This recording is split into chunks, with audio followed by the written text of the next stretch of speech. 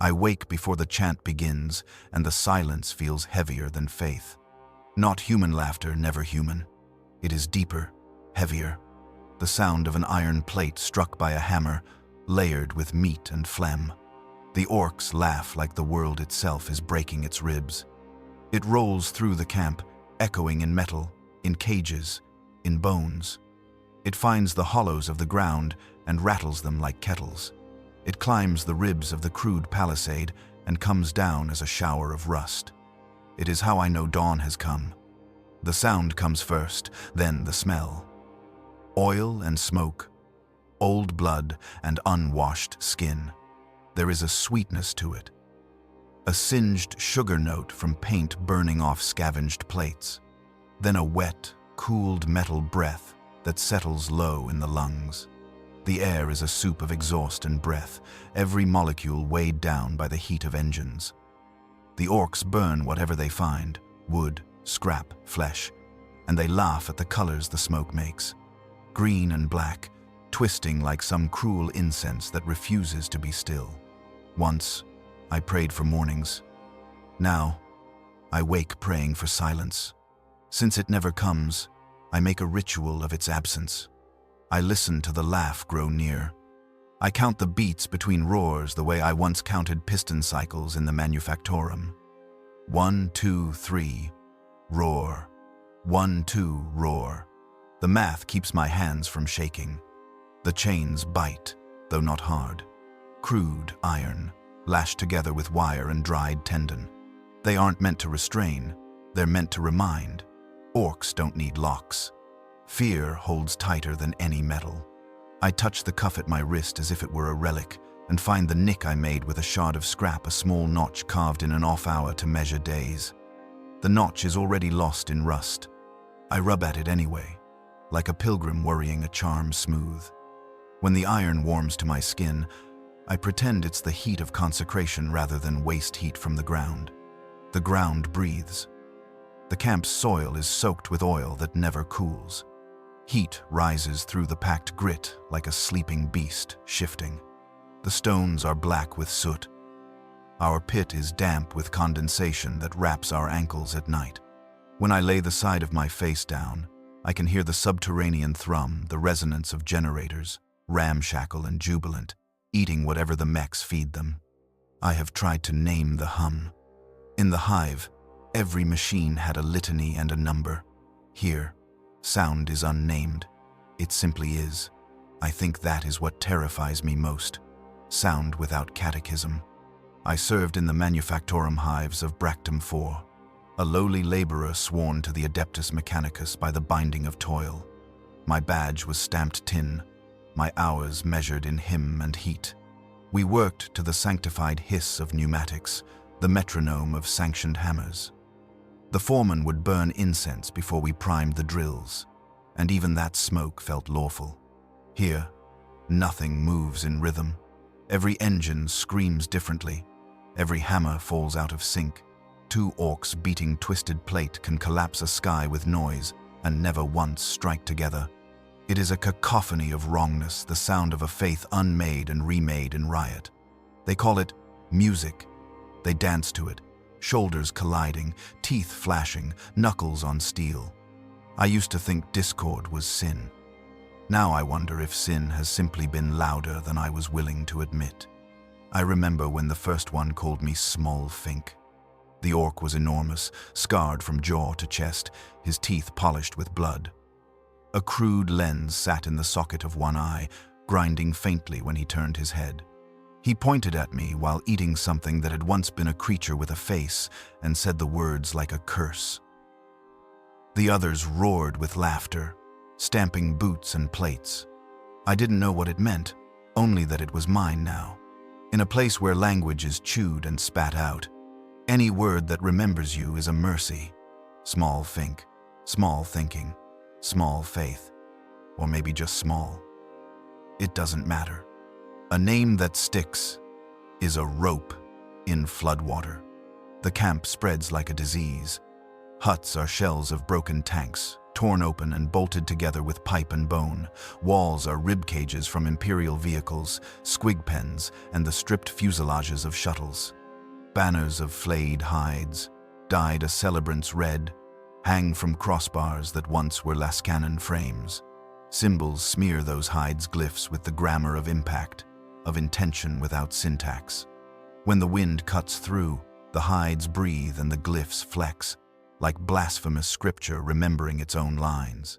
We live below it in pits dug by joyless hands. The air there is black and damp, always humming. The walls sweat. At night, the condensation runs in thin rills, and we drink it when no one sees. We call that our night. Not because the sun fades, it never truly does here, under the pall of smoke, but because the orcs tire of bellowing and turn to the heavy work of sleeping in the aftermath of laughter. There are others like me. A handful of humans, half-starved and hollow-eyed. A servitor with its augmetics stripped sits in a corner and trembles without purpose, lips moving around a prayer it can no longer access. A woman whose forearms are laced with old rivet scars keeps a twist of wire hidden in her hair. A boy, I call him boy, though Ash makes all faces older, whose only job is to learn when to move before the boot swings. We do not speak often. Speech is a fire that draws predators. Still, when the smoke thins and the watch orc snores, someone will hum a hymn. Always the same. The end of shift melody, 4 notes descending like surrender. It lasts only a breath or two before fear snuffs it. Yet even that breath leaves a heat behind, the way incense clings to wool long after the censer has passed. The day they captured me, the sky split open. Their ships were like tumors, crudely armored asteroids vomiting fire as they fell. I remember the roar not of engines, but of joy. Orcs screaming in celebration as descent became impact. Their hulls screeched the ground into trenches, and from those scars they surged out. Grins first, then weapons. I tried to fight. We all did. My lasrifle burned until the cell cracked and left a bright ache in my palm. I think I killed one, a small one, or a careless one, but I was too busy losing to count. We were outsung. The field filled with their laughter until command vox became whispers. When one of them lifted me by the neck, the world tunneled down to the hot stink of its breath.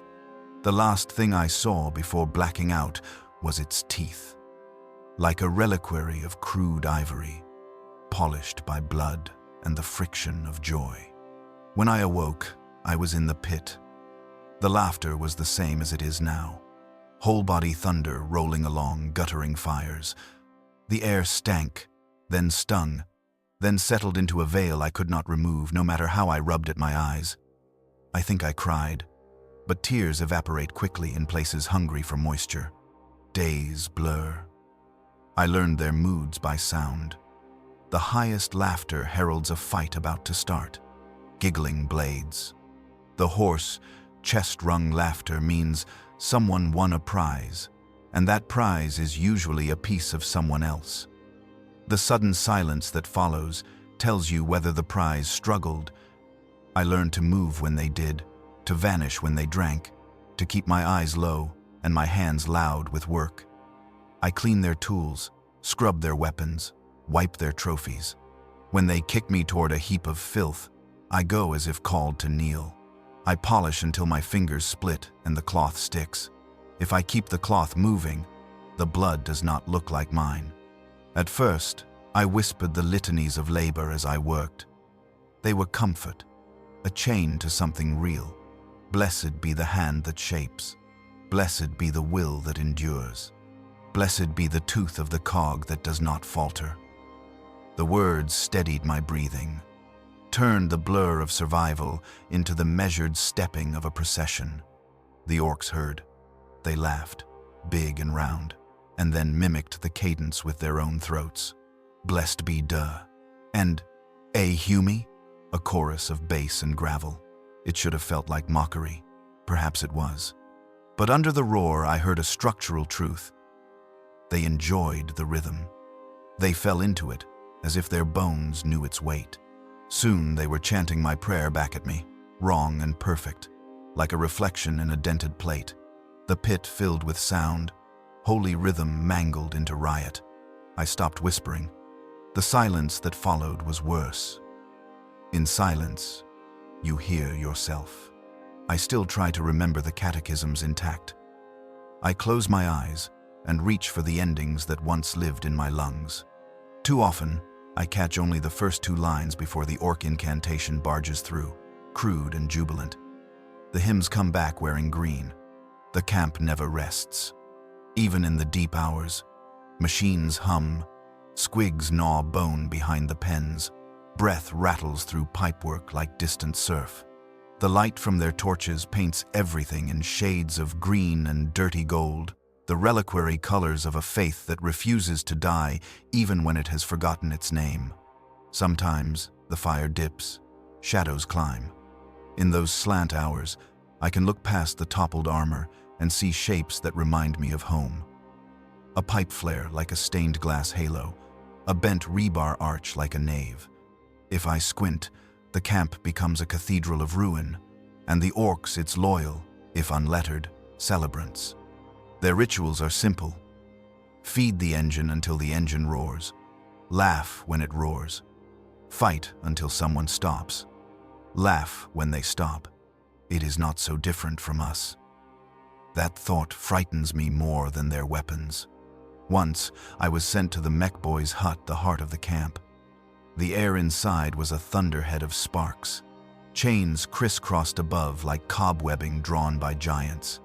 On each chain, something heavy swung. A compressor made from a dreadnought's rib. A cluster of fuel tanks wrapped with enthusiastic welds. A cage of batteries that whined like a choir of trapped bees. The mech himself hummed as he worked. Not a tune, but a pressure, a force that gathered behind his teeth and spilled across the metal in a growl.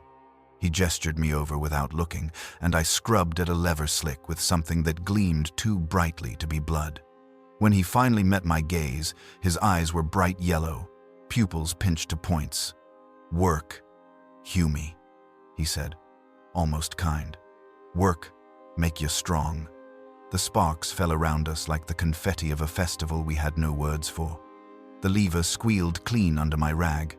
I realized, not for the first time, that here work was not penance. It was, in itself, a kind of worship not to a machine god who demands litanies, but to the immediate joy of making something that makes a sound. I speak less.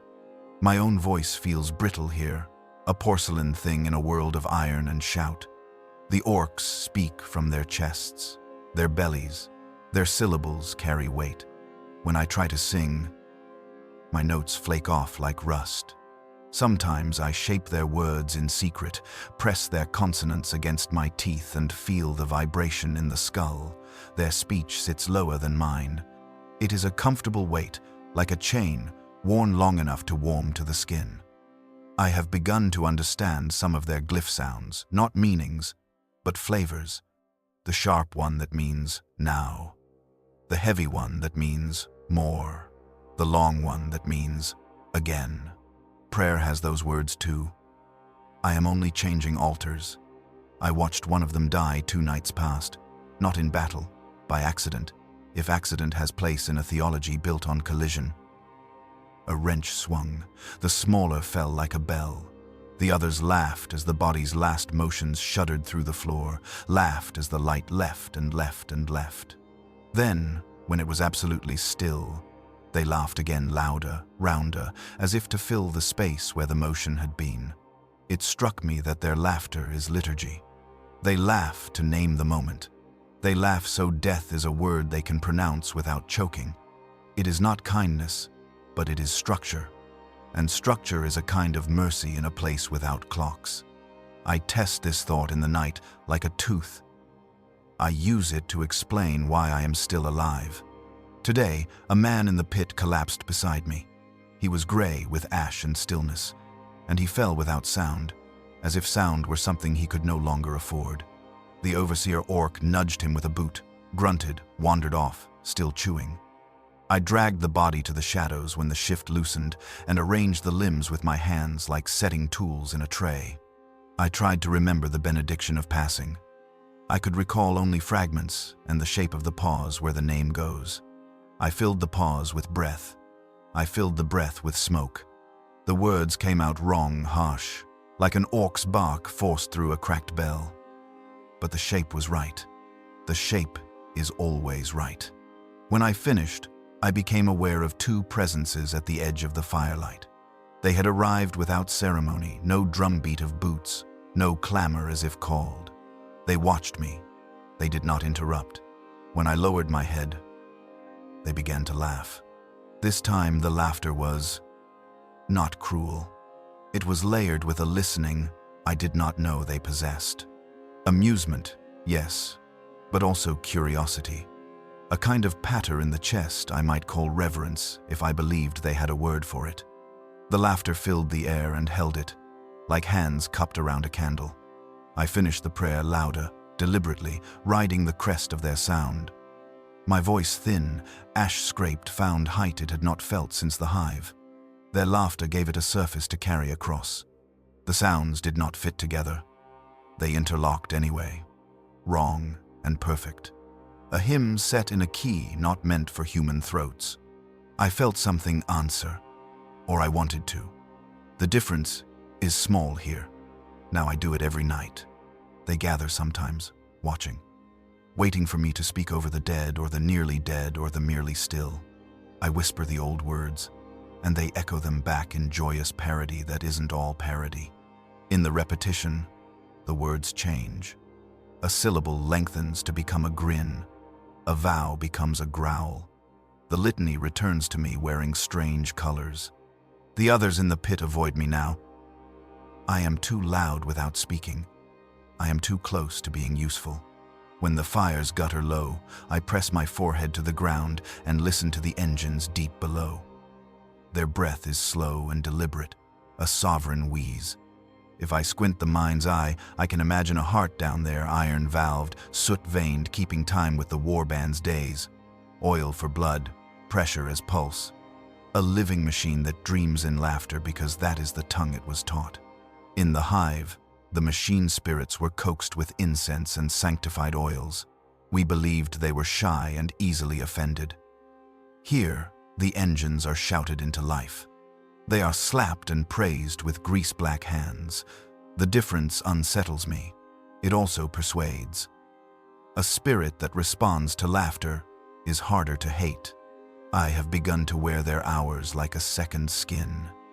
When they drink, my body loosens. When they brawl, my heart accelerates as if joining without motion. When they laugh, even at nothing, my lungs prepare for prayer. As if laughter were the bell and prayer the smoke that follows. A shameful thing. Sometimes, before sleep, I rehearse an orc grin behind my closed lips to see if my muscles can remember joy without permission. Sometimes, the answer is yes. There is a boy, the ash-faced one, who watches me when I pray. He does not come close. He keeps his shoulder against the wall and his eyes on my mouth. When I kneel, he copies the shape from a safe distance. Twice, I have seen him mouth the wrong words to avoid being heard. Smart boy. Dangerous boy. I want to warn him about making shapes in front of giants. But I have already made shapes, haven't I? We all have. I find myself blessing him without the words, moving breath over him like a hand. When the wind shifts, it pushes the breath back at me. Perhaps that is the blessing I need. There is also the servitor, a ruin of a once devout machine. Its ports are scabbed and disconnected, its spine plating pried away to make some orc banner bracket. Still, it sits upright, a miracle of posture, lips moving in perfect tempo. Sometimes a bare sound escapes not a word, a ghost of a syllable. I sit near it when I can, stealing the peace of its cool-down cycles. It is the only being here who prays without fear, the only one who cannot remember what it costs. I am learning the geography of fear. From the pit, 3 paths ascend like veins. One toward the pens where they keep the beasts that are either food or friends. One toward the weapon racks and the open killing ground they call an avenue. One toward the mech hut and the taller hives of scrap where the knobs beat sleeping metal into shape. The avenue shines with flattened blood and any color of paint that spills. When the wind is right, you can hear the wind harp through gaps in the welds above the mech hut, a thin, whistling note that almost sounds like glass singing. If I close my eyes, I can believe that note is a choir boy's high part, that somewhere there is a choir still. The Orks have their own hours that cut our day into slices. The hour of shooting at nothing to see if the gun is pleased. The hour of feeding the engines until the engines talk back. The hour of wrestling parts whose names are all the same. The hour of telling the story of a fight we all just watched, improved by the telling. The hour of sleeping mid-laugh, jaws hung open like gates between worlds. In each hour, there is a place for me if I find it. A rag, a bucket, a corner in which to be invisible, an empty crate to stand on when a mech requires a human height for a human-shaped lever, a space under a bench to breathe until the storm of noise passes. These are small liturgies of motion. The body remembers them even as the mind rejects. If I speak true, there are moments of grace, a scrap of cloth that smells less of oil than the rest, a thin wind from a seam that carries a memory of cold. The way a flame's edge, for a heartbeat, looks like a golden feather lifted away. The way laughter breaks into coughing, and in that small silence, memory fits. I fill such silences with Bractum 4, the feel of stone stairs scrubbed for an audit, the taste of recycled water that once held incense, the color of the halo painted above the manufactorum saint. In one memory, I am kneeling at the end of shift beside my mates, palms up, waiting for the foreman to tap knuckles and say the word that releases us. In that memory, the floor hums with lawful heat.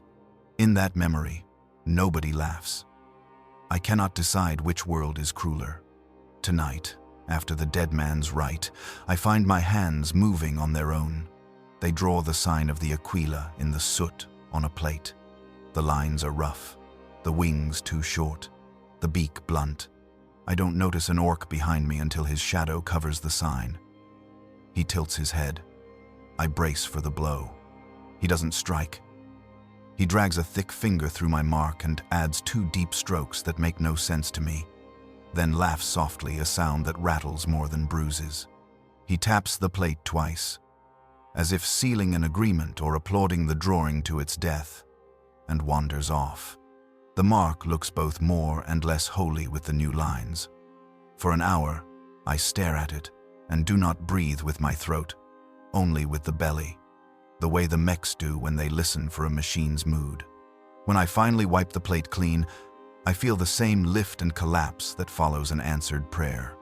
Now, at the edge of sleep, I understand something I did not this morning. Their laughter is not merely derision. It is a tool, a weapon, a glue, a weather. It is a bell they ring to call themselves to worship. And the worship is themselves. I have been trying to sing over it. That was my mistake. I must sing into it. So I do. I whisper the old words until I forget the endings. The endings will return tomorrow, wearing new clothes and someone else's breath. The engines below draw their next lungful of heat and sigh it out again, as if repeating after me. Somewhere, a boy mouths shapes he dares not say. Somewhere, a servitor moves its lips and finds a note. Somewhere, a mech hums without melody, and the metal remembers. The laugh rolls again. I let it carry me like a wave lifts driftwood. I speak the Emperor's name the way one speaks into a storm. Not to be heard above it, but to feel the name come back to the skin as pressure proof there is air. Proof there is breath. Proof there is the possibility of answer. The answer may be laughter. Perhaps it always was. Now, I do it every night. They gather sometimes, watching, waiting for me to speak. I whisper the old words, and they echo them back twisted, wrong, beautiful. Their laughter carries the syllables farther than I ever could.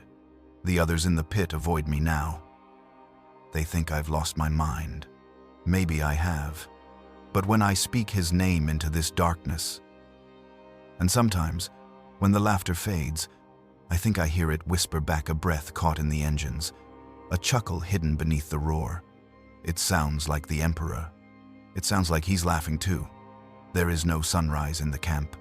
Only the turning of flame from red to green, a slow exhalation from the mech boy's pits that stains everything it touches.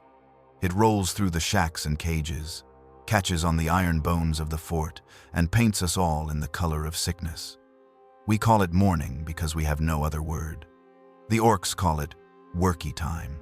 To me, it feels like waking inside the Emperor's closed eye, that half-dark where judgment should be, but never comes. The green light makes metal look alive. It breathes in slow pulses, flickering with the movement of engines somewhere below. I have learned to tell time by its rhythm.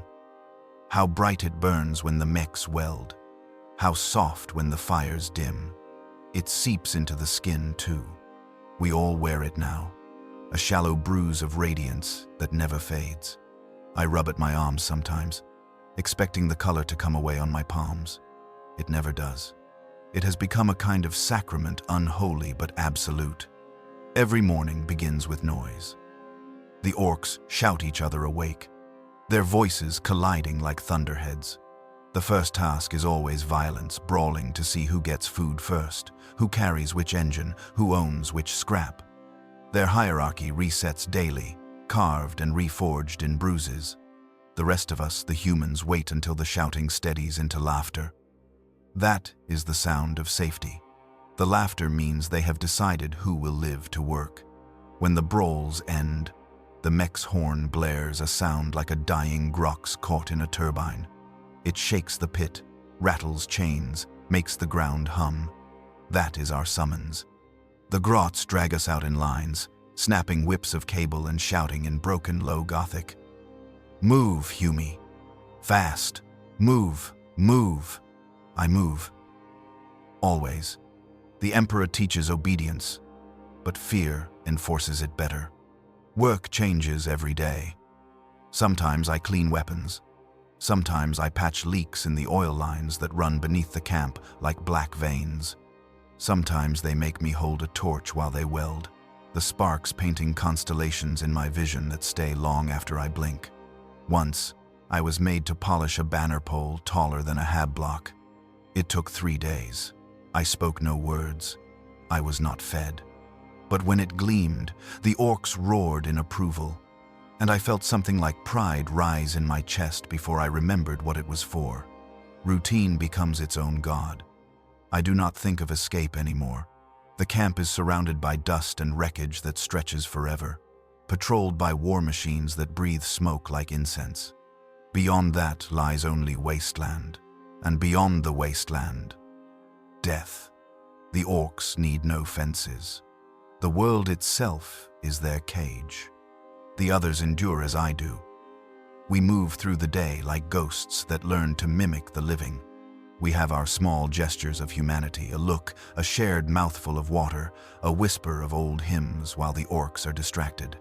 One woman, pale-haired beneath the grime, has begun tracing the Aquila into the soot whenever she passes a wall. She thinks no one notices. The grots notice everything, but they think it's a game. They draw their own versions beside hers, 2 wings, 3 wings, sometimes a jagged grin where the Emperor's head should be. She keeps drawing, though, every morning, the green light reveals new symbols, layered and mutated. Her faith spreads like mold. The Orks have their own rituals, too. At midday, they gather to shout stories at one another. Not plans, not orders, just retellings of the same battles. Each story is a hymn of blood. Every time it is told, the details change. Bigger explosions, louder roars, more glorious deaths. They roar the names of the slain, as if calling them back to feast. Sometimes they throw scraps of metal into the air during these retellings, like offerings. The sound of those fragments falling is like rain on tin graves. I have stopped trying to ignore it. I listen now, I count the beats between roars and laughter. The stories begin to form patterns. In some strange way, they are learning from themselves. I wonder if this is how the ecclesiarchs first discovered faith, by watching stories repeat until they became liturgy. At dusk, if one can call it that, the green fades into black firelight, and the orcs feed their machines. Fuel pours like sacrament into the mouths of engines. They chant while they pour, their voices colliding with the grind of gears. More Daka, more crump, more fire. The words mean nothing, but the rhythm is absolute. I find myself breathing in time with them, matching my heartbeat to their cadence. I tell myself, it's survival. I tell myself, rhythm is safety.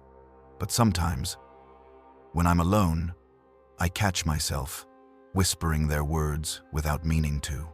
The mech boy who commands this camp, they call him Scragtof, is more priest than engineer. His skin is darker than the others, his scars clean and deliberate. He wears a necklace of servitor skulls wired to buzz faintly as he moves, a mechanical rosary of conquest. Once, while repairing a massive gun, he noticed me watching. He grinned, tusks gleaming, and said, "You Humies make good bits. You think proper, small, straight, boring, but useful." Then he laughed, clapped me on the shoulder hard enough to stagger me, and added, "One day, maybe you make good orc, eh?" The others howled with laughter, and for a heartbeat, I felt honored. That night, I could not sleep. I kept hearing his words, "You make good orc."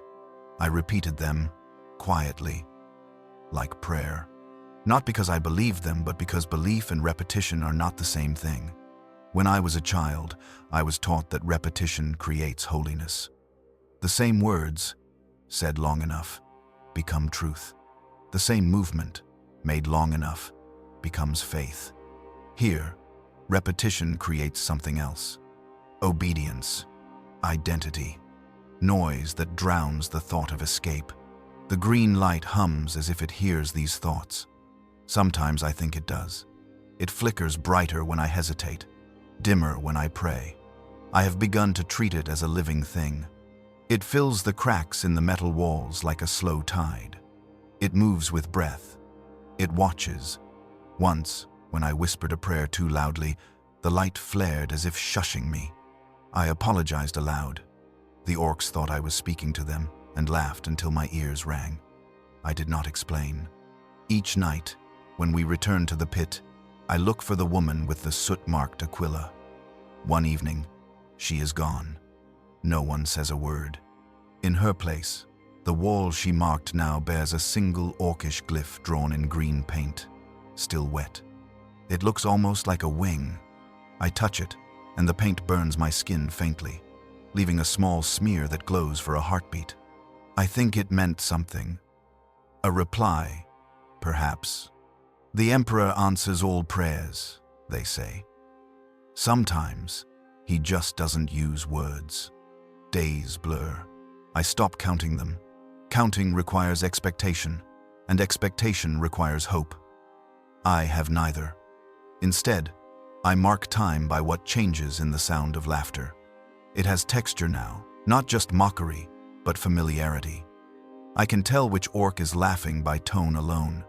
They can tell when I'm praying by how I breathe. We are learning each other's language without words. One evening, as the light softens, a grot approaches me. It carries a metal bowl of something that once resembled food, oily, gray, steaming faintly. "Eat, Humie," it says, grinning with too many teeth. I hesitate.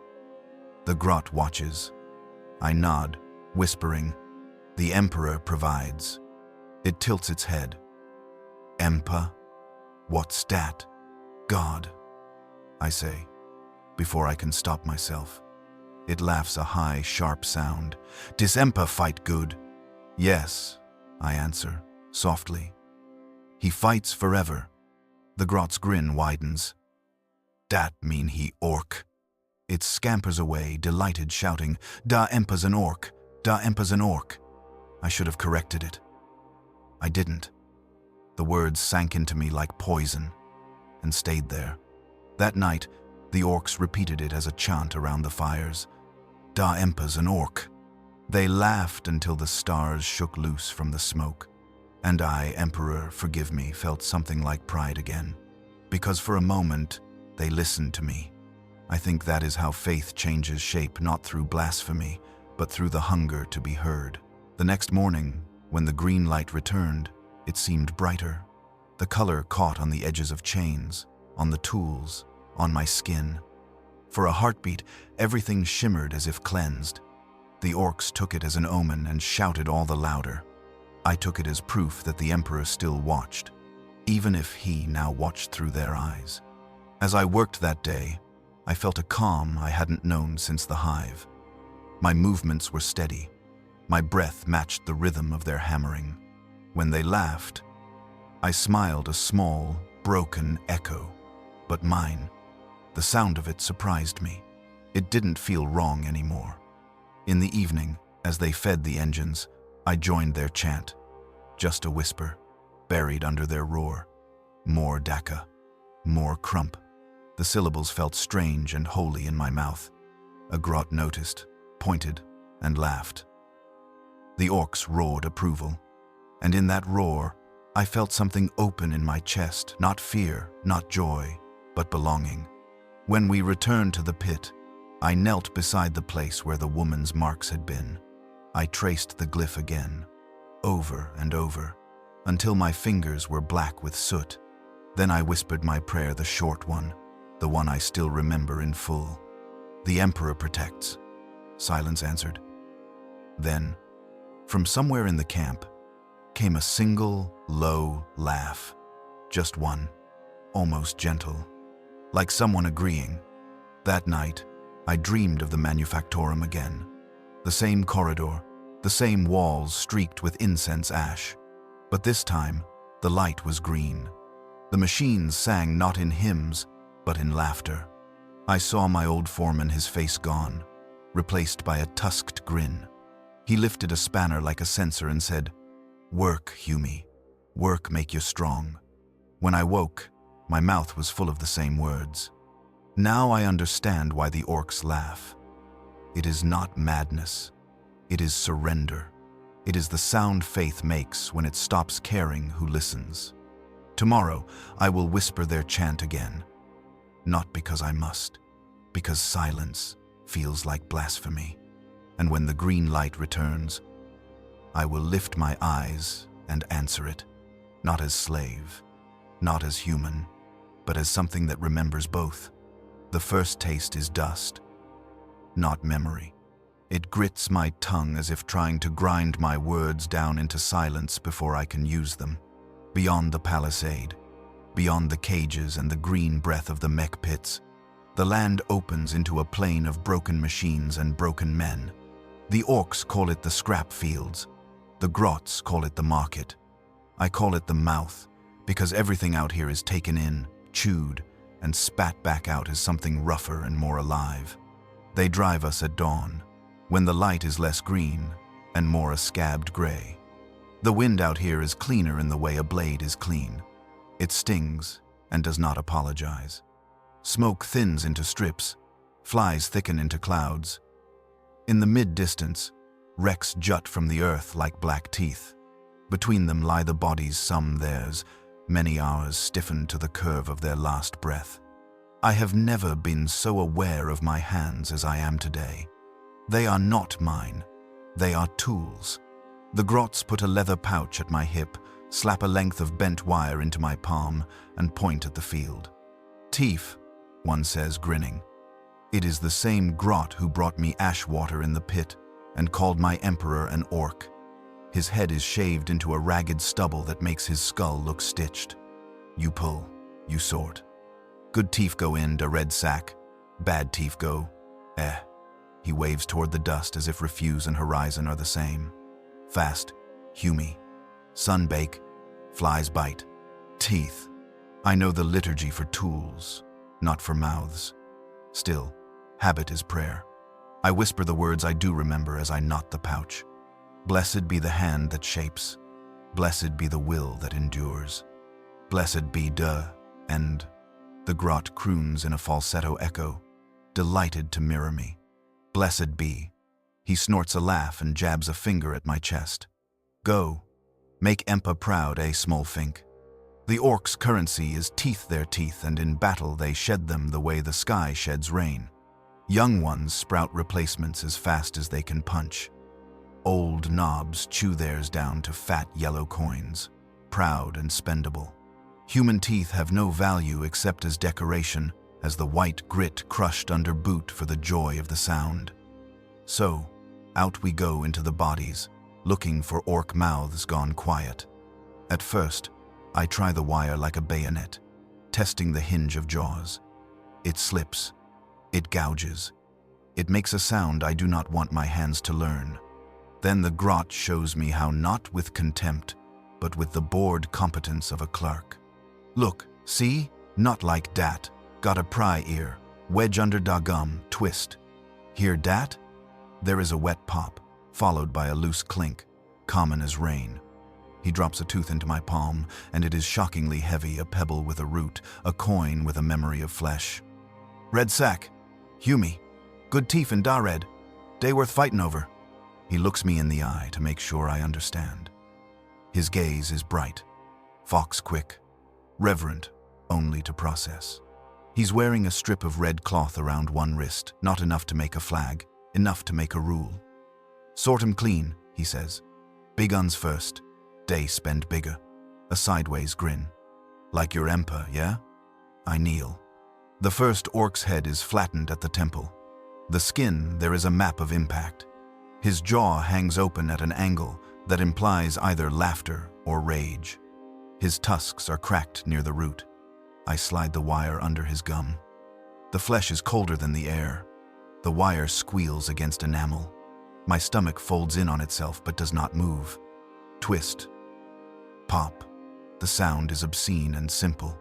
I put the tooth in the red sack. All morning is this. Heads and hands, breath and wire, that hungry pop. Sometimes not orc heads by mistake, sometimes human mouths that gape up at me in soft surprise.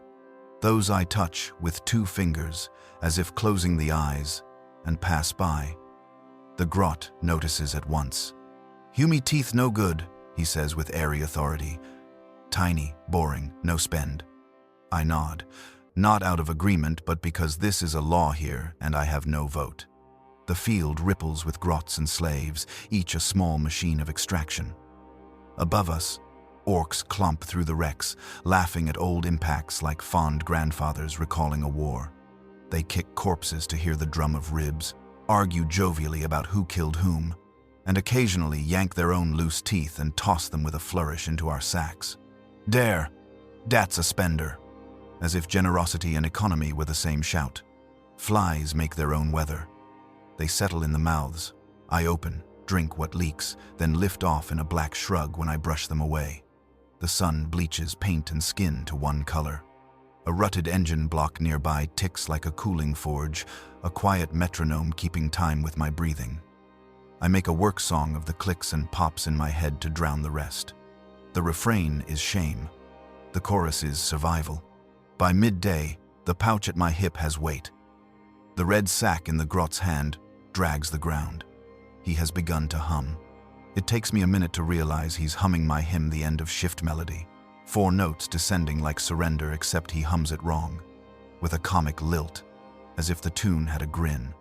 Every time he reaches the last note, he snickers, as if the song itself told a joke. What's dat one mean? Gain? He asks without looking. Blessed be da.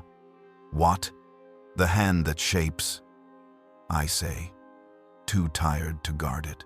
Yea, hands. He waggles his fingers. They are calloused, black at the nails, quick as rats. Hands good. Make things. Take things. He gestures to the field. Whole world's a mouth. Gotta feed it, or it bites. We break for, not food, for story. That is how they rest, by telling. The orcs climb a wreck and bellow a new old battle.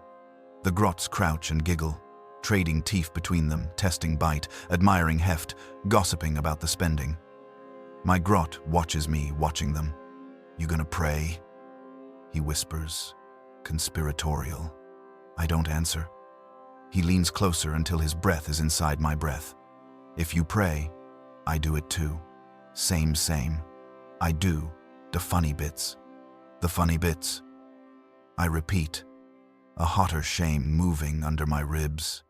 "The bits that make 'em laugh," he says, puzzled at my puzzlement. "Why else pray?" I turn away. Heat swims. The field tilts. Somewhere, the laughter atop the wreck resumes, and a shadow of it slides over us like a flag. I look down at my hands.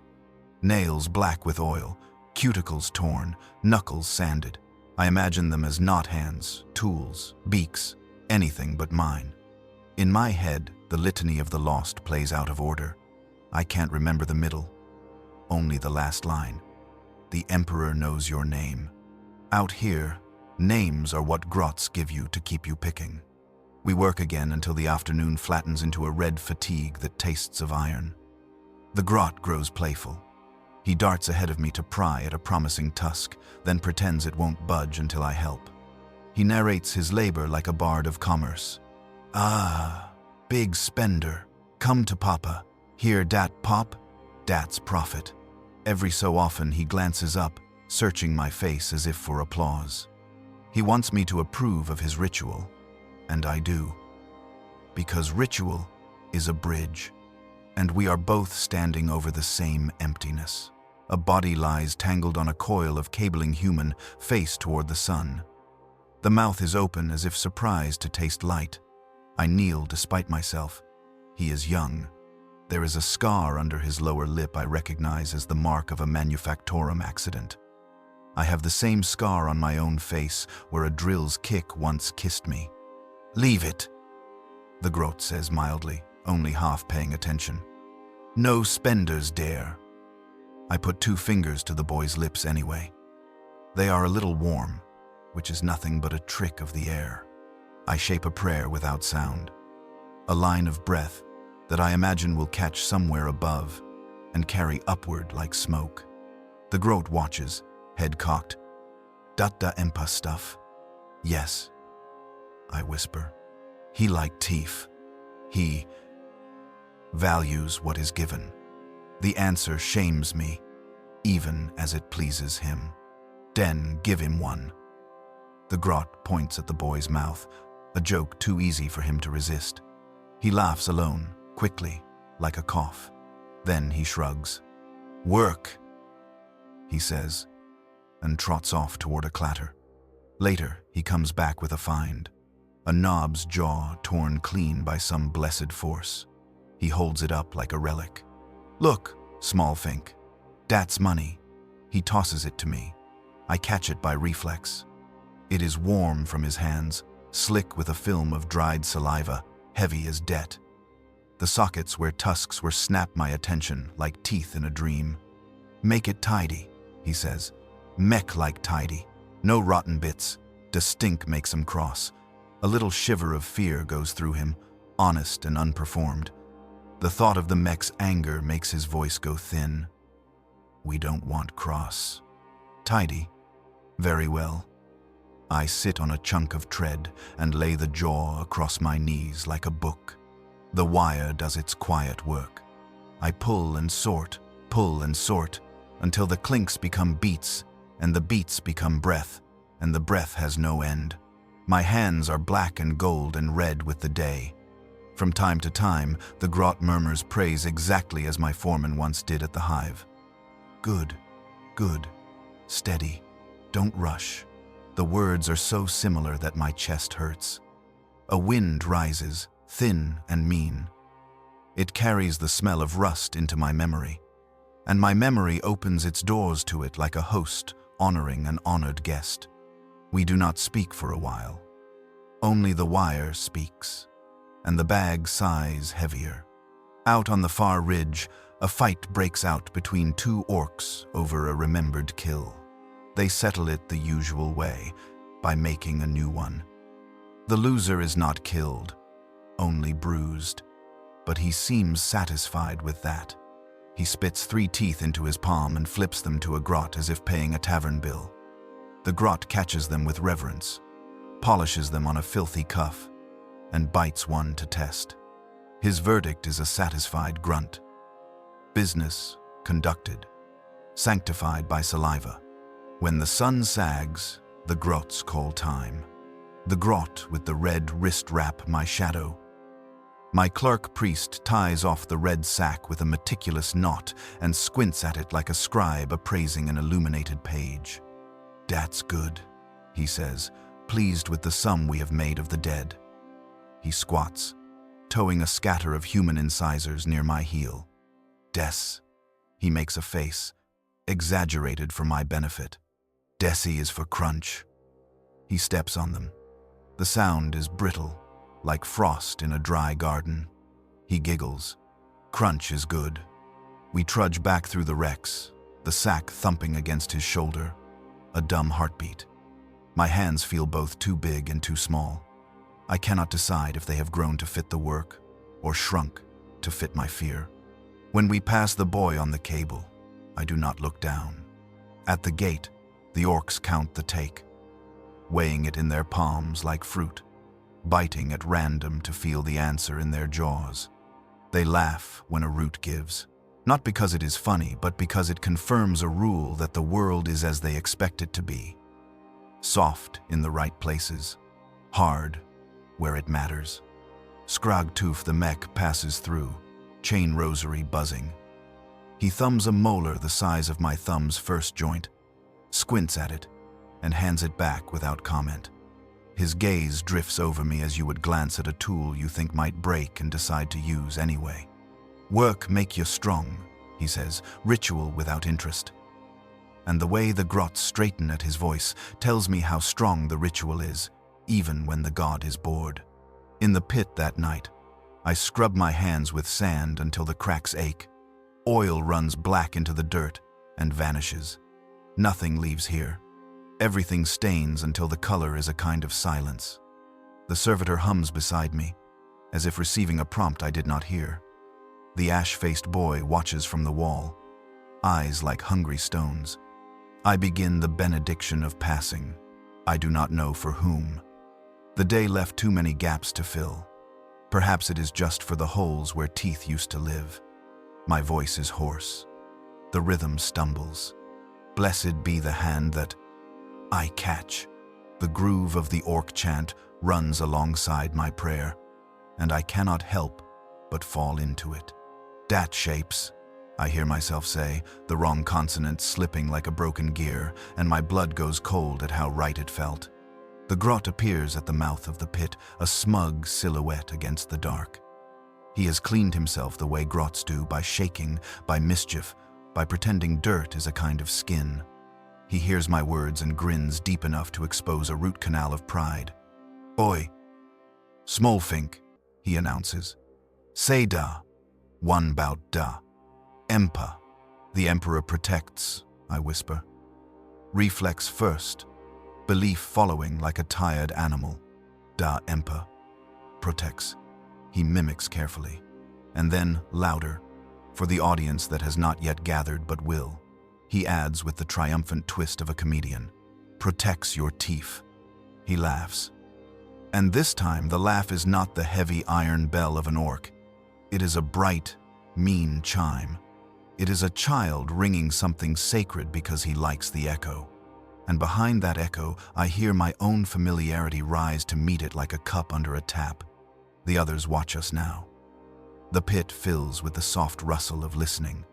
The orcs at the fires raise their heads, scenting amusement. They are hunting dogs and priests both. I feel the old desire not for safety, not for food, for once but to be heard, to make sound that makes the air answer. I finish the prayer. The grot repeats it with instrumented exaggeration, shaping each syllable like a coin to be spent. The orcs at the rim begin to chuckle. They are not laughing at me. They are laughing at the union, the way a human mouth can carry a monster's theology and a monster's mouth can carry a human's plea. The sound swells. I feel included. and inclusion is a high as clean as any incense. Later, when they sleep the sleep of engines cooling, the grot lingers on the edge of the shadows and speaks in a voice that is not a performance. "You come again, Humie," he says. "To da fields. You good at tidy. You got da hands." "I have hands," I say, uselessly, and he nods as if I had agreed to a contract. He hesitates, then adds, almost shy, "Teach me more Empa words." "Why?" He shrugs, embarrassed by wanting. "Day, make 'em laugh. Laugh, make 'em spend. Spend, make 'em hit da other grots instead o' me." His voice scuffs the ground. "It protects." He waits, grimaces at his own choice of verb, and laughs at himself in a quick, strangled way. "See?" "Yes," I say, and it is the most honest prayer I have made today. Sleep comes late. It sloshes in bowls. I hold the Nobe's jaw in my mind and turn it like an icon. I can feel each empty hole like a rosary bead. The wind shifts. Somewhere a banner claps. Somewhere a machine exhales a long metal breath, satisfied. The boy on the wall murmurs shapes, the servitor syllables through its private mass, the grot dozes sitting up, red wrist wrap hiding his pulse. I imagine all our breaths plaiting into rope and climbing out of the pit and into the night. I imagine the night taking that rope in both hands and tying a knot neither mercy nor malice can shrug loose. When I wake in the dark midpoint, it is to my own teeth. I have been grinding them, a slow jaw prayer learned from the field. My gums ache. My tongue tastes of iron. I run a finger along my molars to be sure they are still mine and not yet accounted for by another's bag. The gesture feels like superstition and accounting both. I do not know the litany for keeping what you still possess. I whisper one into existence. Blessed be the mouth that keeps silent when it must. Blessed be the tooth that remains when it could leave. Blessed be the name that does not sell itself for noise. I sleep again, and the prayer survives me long enough to dream. In the morning, the green returns, and with it, the day we made. The grot is there at the edge of the pit, with the red sack empty and eager. "Worky time," he chirps. And when he sees me hesitate, he adds without cruelty, as if repeating a beloved line, "Work make you strong." I stand. My hands remember the wire before my head does. The field will be bright and merciless. The bodies will be as they were.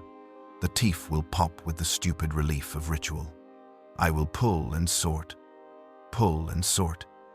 until the sound drowns into music and the music smooths into silence. I will speak the old words wrong on purpose, so that someone will listen. I will teach the groat a syllable of grace and he will sell it for a laugh, and we will both walk away alive because of it. And tonight, when I count what remains to me, I will include the weight I have helped hang from the camp's belt. I will include the boy's unclosed mouth. I will include the sound of my own teeth in the ledger, grinding through the last of the soft. The Emperor protects. It is a currency, too. It spends slow, and I am learning the rate. I wake to the sound of metal breathing. A slow draw, a patient release, like bellows with a will. It is not the camp's broad rumble, not the laughter, not the slap of boots, not the chains muttering among themselves, but a separate breath running under the others. As if a sleeper had been carried into a crowded room and bade to rest in the middle of the noise, the breath finds my bones and taps them like tuning forks. It knows their note. I sit up as if a hand had taken my spine and lifted. The grot with the red wrist wrap waits at the edge of the pit, eyes bright, sack empty. He is too eager for teeth. Today is not teeth. "Worky time," he says, softer than usual, in the voice children use inside shrines. He gestures in a small, precise way, not the broad comedy of last night's prayer, but a measured tilt of the chin. I understand. This is not a market errand. This is a temple summons. We cross the avenue while the camp is still arranging its noise. Torches cough green in their housings. Banners stir. hides whisper glyphs to the wind. The breath grows louder the closer we approach the mech's hut. It fills the alleyways like tidewater. Workers step around it without seeing, but their shoulders rise and fall in its rhythm. Even absence learns to match a pulse. The mech sanctum is taller than the other shacks, its roof a crown of spars that hiss when the exhaust passes through. Chains hang from the rafters like rain too heavy to fall.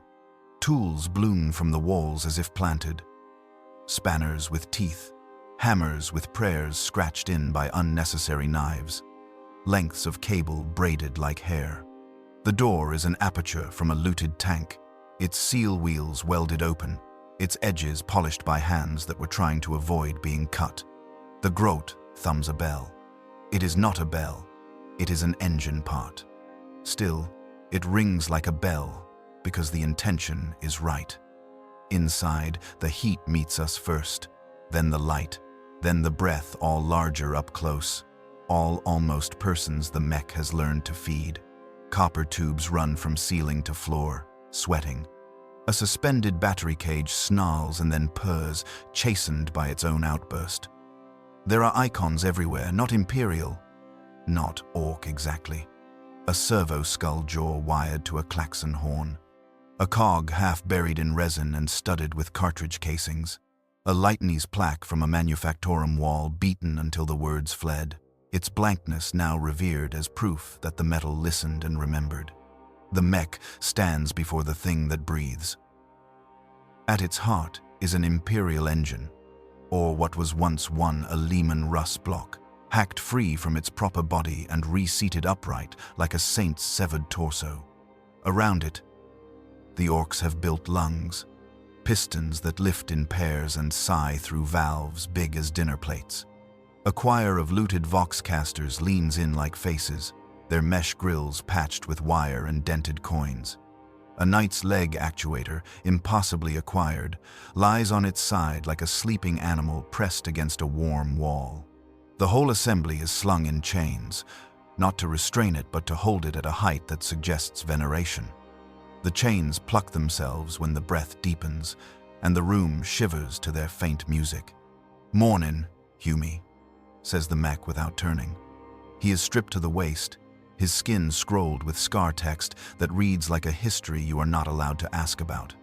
The servitor skull rosary buzzes, restless, pressed by his sternum. "You got da hands."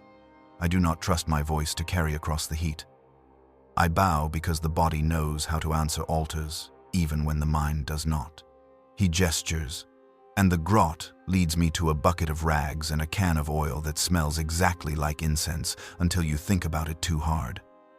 "Dat one," he says, nodding toward a plate on the engine's flank. "Clean. Soft. No scratch.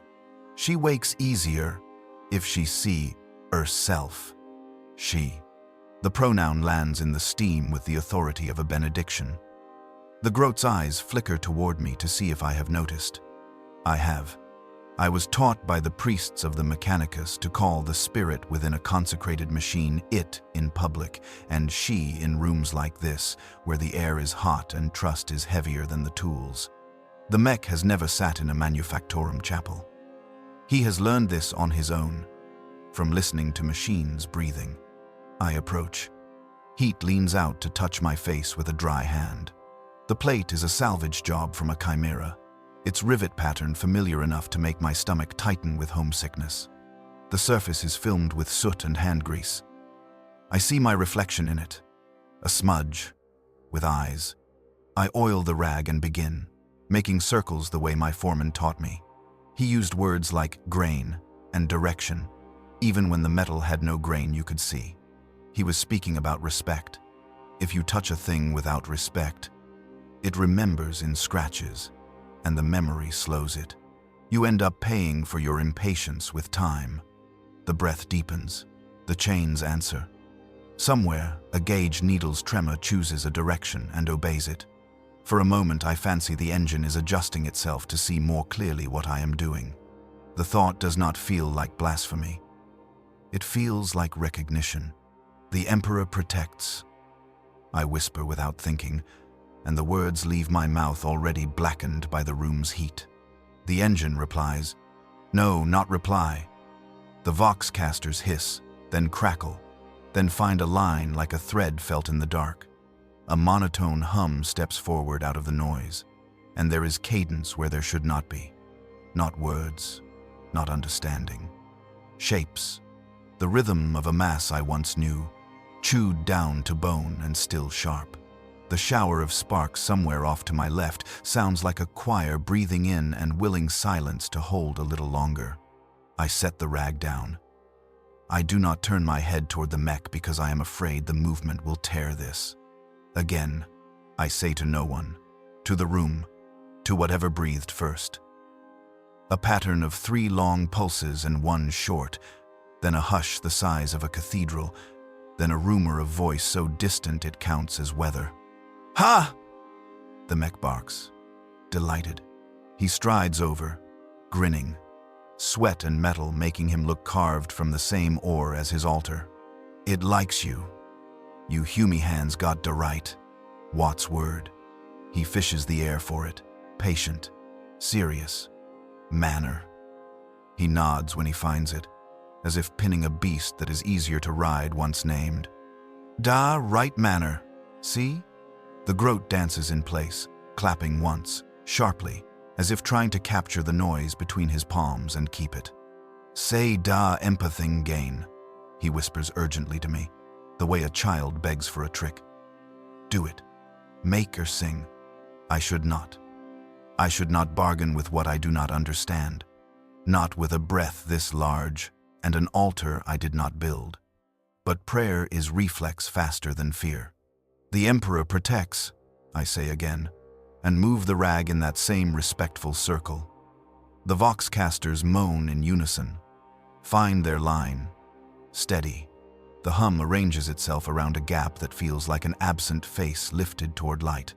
I swear I hear the first 5 notes of the litany of ignition, dirtied by smoke and grin. The mech kicks a pedal at his feet, and the night actuator lifts its head and lowers it, practicing nodding, as if greeting someone too far to touch. Hear dat? The mech says to the groat, proud as a father. Is she sayin' what you want?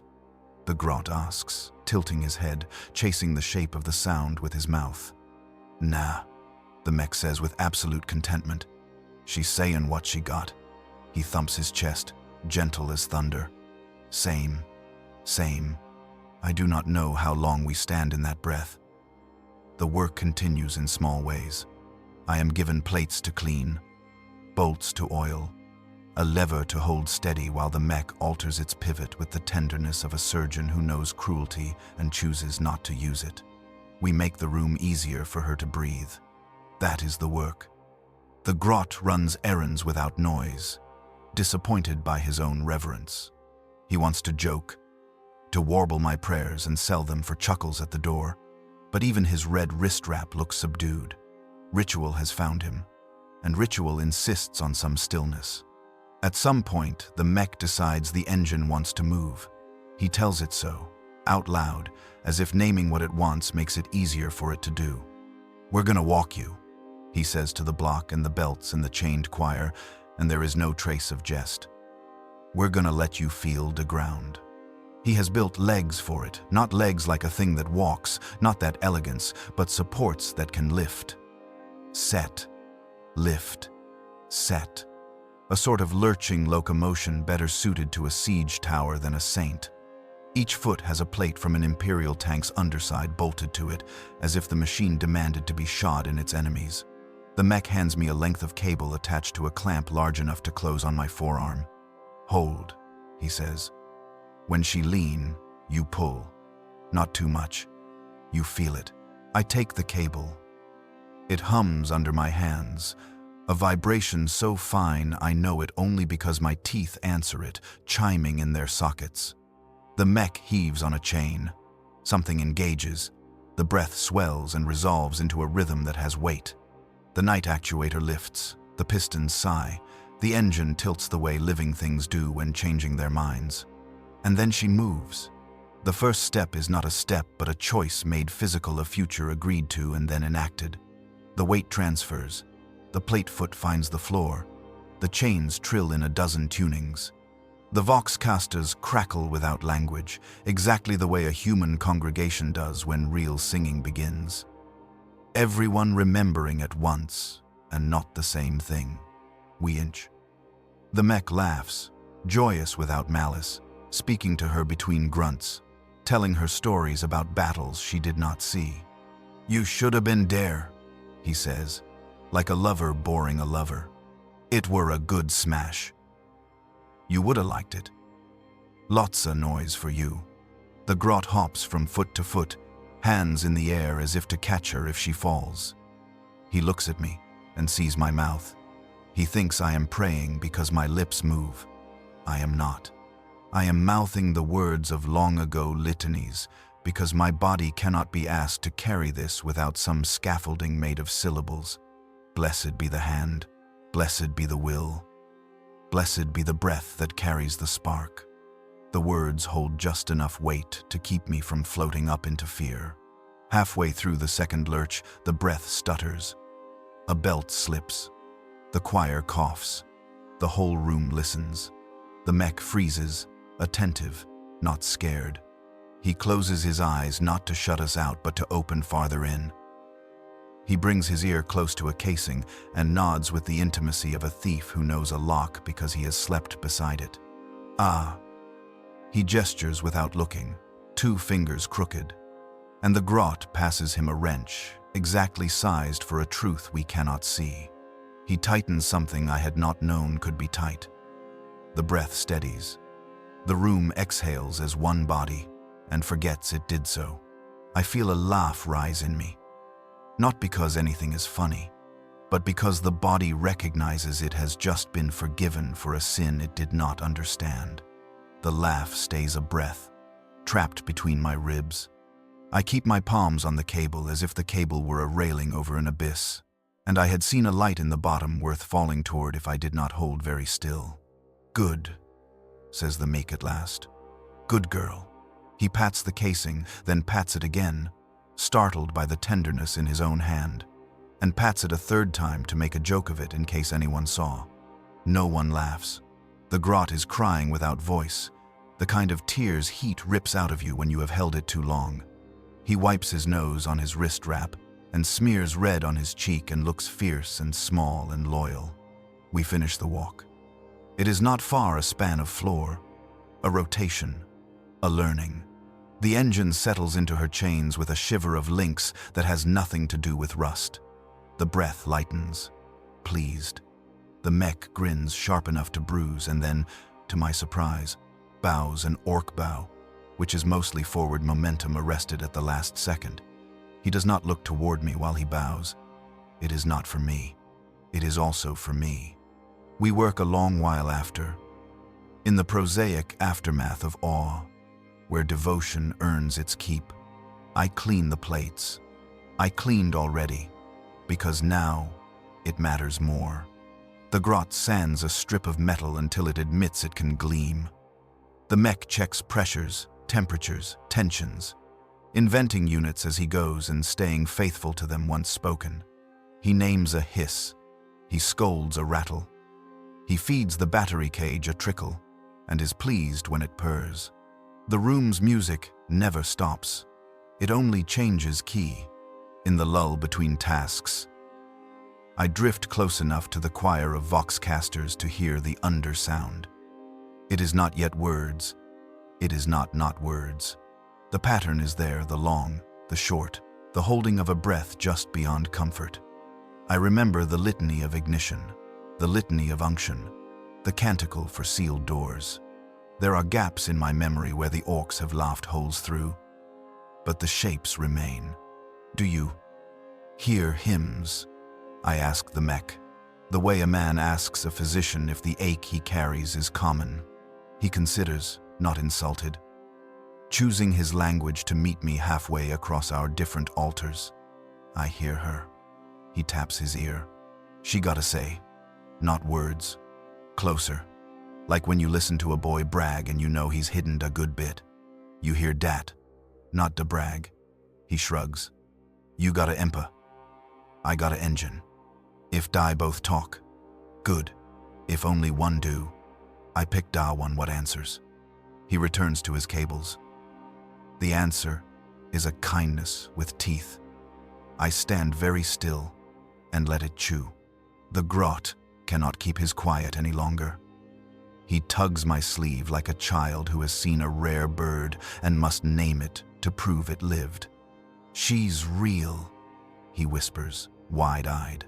Ain't she, Smallfink? She's dear. He pats his own chest over his heartbeat, surprised to find it counting along. She is, I say, because the room punishes lies by echo. Den say da empathing, he insists, urgent again. Da one watt make da song sit right. I look to the mech for censure.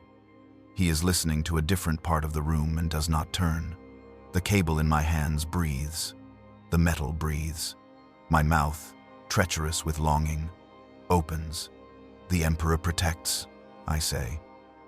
And for the first time since I was taken, it feels as if something hears me as more than a joke. The choir leans toward me. The hiss smooths like cloth laid over a bruise. From the deep of the block, past valves and heat, a click resolves into a knock, resolves into a heartbeat wearing armor.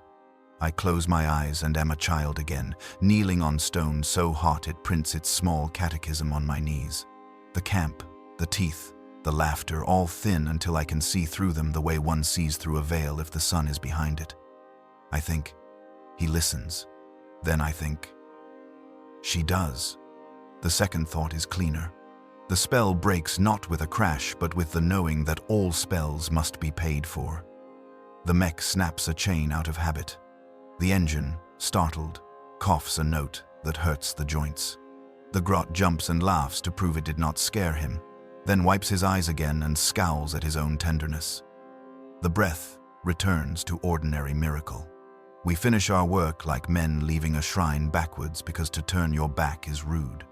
Outside, the camp takes us in at once, its shouting, its green light, its arguments about who broke what and who will fix it by breaking something else. The breath of the machine lingers in my hair, in the grit on my face, in the wire cuts on my fingers. People smell of places. I smell of having been in a room where a thing was allowed to be more than its parts. The orcs sniff as we pass, and grin a different grin, the one they wear when a fight satisfied a hunger they had not named. Back at the pit, the ash-faced boy watches me with a kind of fear I recognize as hope stitched wrong. You saw it, he says without voice, his mouth making the shape. I nod without voice, because some words would shake the scaffolding we live under, and the whole day would fall. Night comes. The servitor hums. The grots barter stories about what the mech's machine will do when he lets it out of the chains. Walkie fort, one says, proud of the poetry.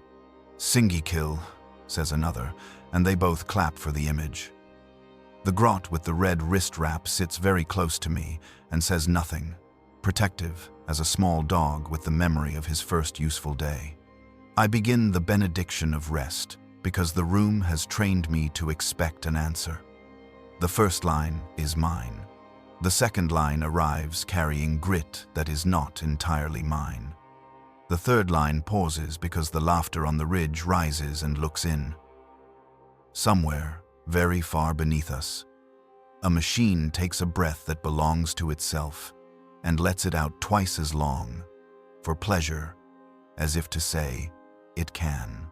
The sound finds the chain at my wrist and rings it like a modest bell. I cannot not hear it. I cannot unknow that something listened today. The question is which?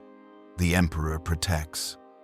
I finish, softer than I mean to, because softness is the only honest measure I have left. The orcs do not laugh this time. A few smile, that same after-altar smile, the one that knows who fed and who was fed. The grot bumps my shoulder with his and says, very quiet, very proud, "She heard you." He means the machine. I nod, and the nod surprises me by feeling like agreement. I lie down on the warm ground and watch the smoke write its slow scripture across what passes for stars. The camp's great noise settles into livable chords. My hands smell of oil and a kind of mercy I had not known could live in rooms like that. Sleep drifts close with its sack. I offer it my teeth to count. It counts them and leaves them where they are. Just before the edge, a thought occurs to me with the gentle certainty of a truth rehearsed by someone else. The Emperor listens. The engine answers. Between the two, a man may be kept alive. I wake to the sound of metal breathing. Night is a green wound that will not close. The camp burns inside it, torches blooming from fuel drums, engines idling like organs under skin. Smoke hangs low, too heavy to rise, stitched through with sparks. Every rivet and scrap plate gleams wet. Oil and blood share the same color now, and the same purpose. The Orks are celebrating. They have returned from a raid. Their trucks are parked in rows like sleeping beasts, armor still hot from friction, treads slick with whatever they ran over. Loudspeakers nailed to masts spit static hymns, half drumbeat, half laughter. The noise is so huge it becomes landscape, an atmosphere of joy that crushes everything smaller than it. We, the slaves, have been herded to the center, between the fires. The heat paints our faces the same color as theirs. The Groat with the red wrist wrap perches on a fuel drum beside me, kicking his heels, proud of proximity. "Big night, small fink," he says, grinning so wide I see the gaps I helped make. "Dey want da empa talk. Dey say you got da words. What make da fire behave?" I don't answer. My throat already feels owned. Scragtooth, the mech, stands on a dais made from a tank turret. He wears his chain of servo skulls like a choir.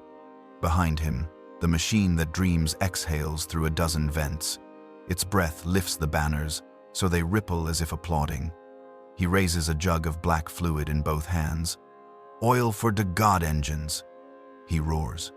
"Fire for de boys." The crowd answers with laughter so vast it sounds like machinery starting. I know the smell in that jug. It's not fuel. It's the pressed remainder of the raid, flesh and lubricant boiled together, thick as confession. The Orks dip their cups into it. They drink. Some pour it on their arms to see the skin shine. One throws it into a fire just to watch the color change. The flames go green, then white, then settle into a deep amber that feels almost holy. The mech gestures toward us. "Da humies watch. Da see how da gods eat. But first, da blessin'." My heart stumbles. He means me. The Grot shoves at my hip, delighted. "Go on, small fink. Say da words. Make 'em laugh proper." I step forward because the alternative is to be dragged. The ground vibrates with the crowd's hunger for sound. Somewhere, a drum starts an engine block struck with wrenches. The rhythm is slow, patient, expecting me to find it. I do. I have blessed manufactorums before. I know the stance, the hand lift, the way to shape the air. But those blessings were for steel that served the Emperor, not for steel that eats him. Still, my body remembers. I raise my hands. The torches spit. The green light climbs my arms to my face. I can see my reflection in the mech's goggles.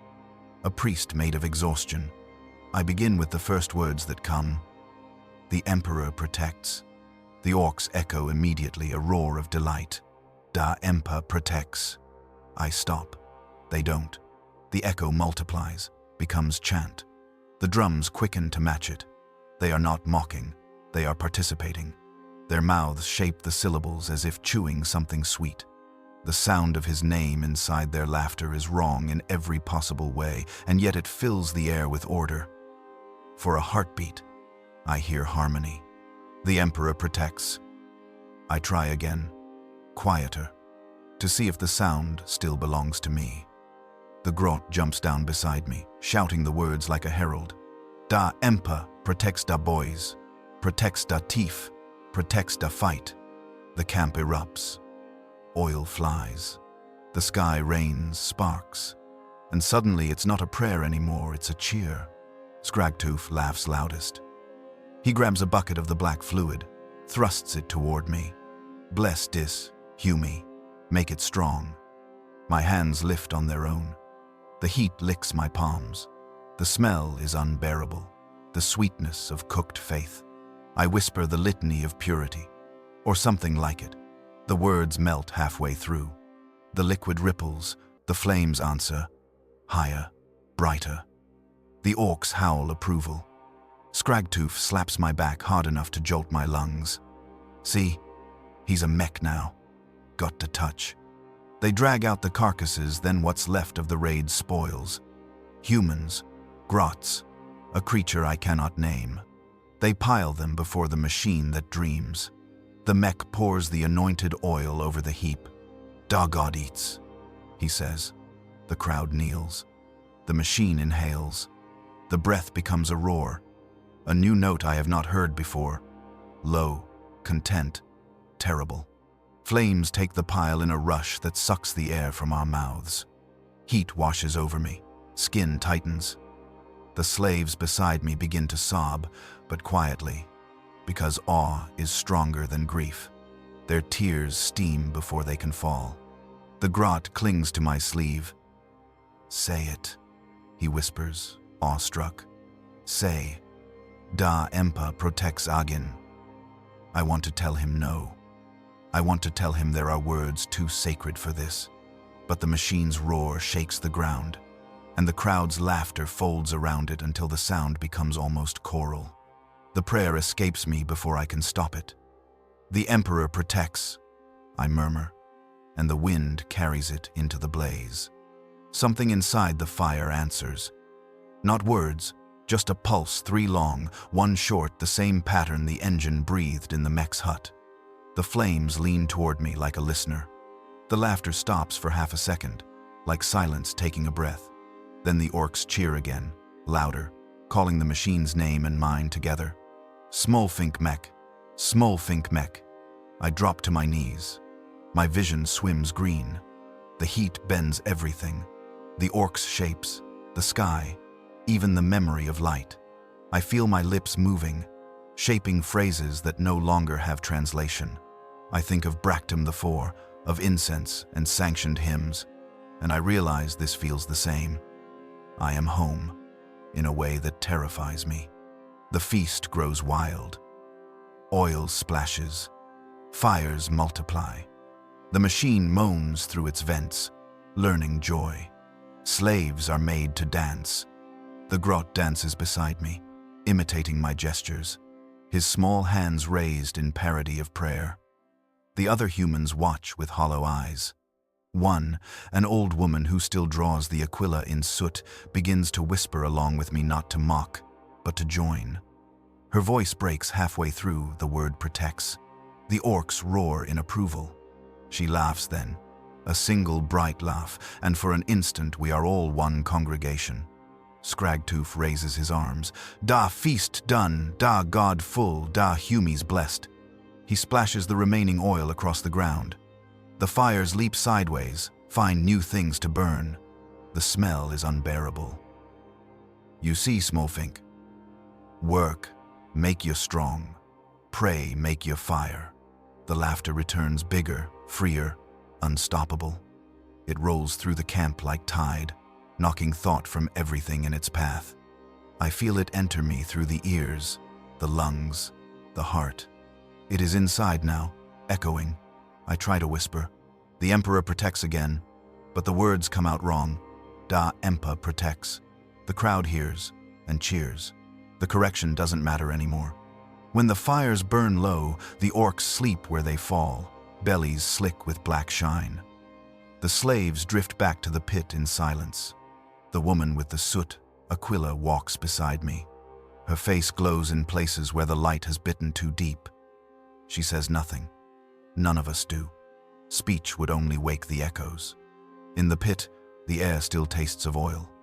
I sit on the ground and press my palms together. They are black to the wrists.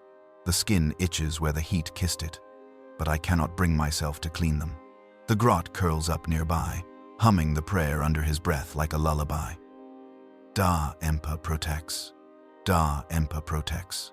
Each repetition softens it, rounds its corners, makes it his. I lie back and watch the green light pulse through the smoke. My ears ring with laughter, my mind with hymns. Somewhere between them, I find quiet. I tell myself that the Emperor hears everything. I tell myself that laughter is still sound, and sound is still prayer. I tell myself these things until I believe them. When I close my eyes, I see the machine's breath rising through the fire, a column of light and noise. For a heartbeat, it takes shape, a face made of vents and flame, looking down with something like affection. I mouth the words again, half dream, half obedience. The Emperor protects. The face seems to smile, and I cannot tell if it is his face anymore. I wake to the absence of laughter. It is not quiet. The camp never is. Engines turn in their sleep. Banners itch against their poles. Grots mutter sums in their throats. But the great bell of mirth is gone, and what remains is a shape where sound should be, like a tooth pulled and the tongue learning the new map. The emptiness presses on the ears until you can hear your own breath, as if it belonged to someone else. The groat with the red wrist wrap stands at the edge of the pit and does not grin. He makes himself small, without bending. "Small Fink," he says, in a voice that keeps finding its edges with careful feet. "Boss, want you." He does not add worky time. He does not nudge me with his heel. He looks at the ground as if it might correct him. I rise. The others pretend not to watch. The ash-faced boy studies the place where my hands hang, counting fingers as if they might be different when I come back. The servitor hums one long, level note that sounds like an ambulance heading away. We walk through a camp that is trying not to cough. Orks move with their usual weight, but something in the shoulders is arranged for a different weather. The green torches burn at half-mast. Even the engine that dreams keeps its breath low, as if resting after a long hymn. Where laughter used to pace the avenues like a friendly beast, there is now a path I can see and do not wish to take. The war boss's place is not a hut. It is the absence of other huts. A circle of ground where fires do not linger, where banners lean inward without daring to touch. At its center sits a throne of things that never wanted to be: chairs, track plates, shield faces, a wrenched-off prow with a saint's eye cut from it and nailed back on, upside down. The throne is empty. The war boss stands beside it, not yet seated. As if to sit is to decide, and he is not ready to decide in front of us. He is larger than the others, in ways that do not startle, rather. They reveal themselves like a slow bruise. A chest that makes room forget it belongs to everyone. A jaw where a jaw used to be and is now a thoughtful gap of scar and iron strap. The lower half of his face is a grafted mask of plate and rivet, polished by breath from within. The place where tusks should protrude is a geometry of absence. The wound is old and neat, disciplined rather than savage. Whoever took his jaw did so with intention. Whoever survived it learned how to hold every word. He turns his head toward us. His remaining eye is a coin of deep green. The other side is a paler circle of scar tissue where a lens once sat and went away. The pupil that remains is narrow, considering. He nods at the grot. The grot bows an orc bow, a forward drop caught by respect, and scuttles to the rim of the empty circle. Hands folded over his wrap like a penitent hiding a weapon. "Smallfink," says the war boss. And the name is nothing like the others say it.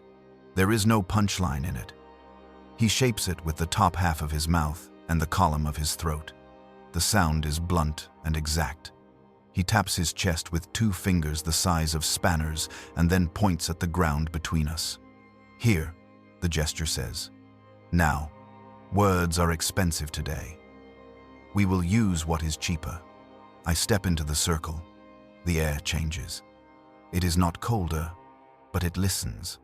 The fringe of bodies around the ring, knobs with their jaws full of iron, mechs with their hands wrapped in their own dignity, grots caught in sudden quiet holds its breath like a choir before the note that proves whether they remembered the pitch. I feel the ground warm through my bare feet. I feel the blood in my hands return to the heart, because there is nowhere else to go. The warboss approaches until he is too close and still not touching. His gaze moves down to my mouth and stays there.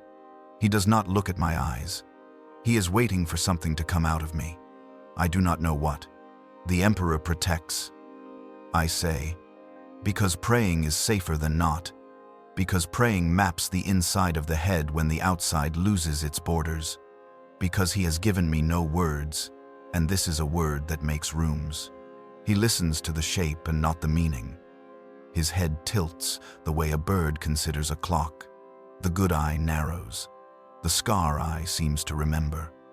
He lifts a hand, no weapon, only fingers, and brings it close to my lips, then stops as if at a threshold. The hand smells of iron and oil, and the long patience of scabbed metal. The riveted jaw plate shifts with a soft creak and gives no sound beyond that. He wants me to speak again. He wants to feel it. The Emperor protects. I repeat, slower, the syllables spaced like rivets. He holds his hand in the air where the words pass and lets them strike his palm without striking it. When I finish, he closes his fingers, the way men capture heat from a candle. The gesture is not orc and not human. It is a fact. He points at my throat, then at his jaw. He makes a small, deliberate shake of the head. No. Then he points to his remaining eye, and then to mine. Yes. He raises his brows the width of a nail. Understand? I nod. The nod is a covenant. We will not speak where it is not needed. We will look. He walks around me once.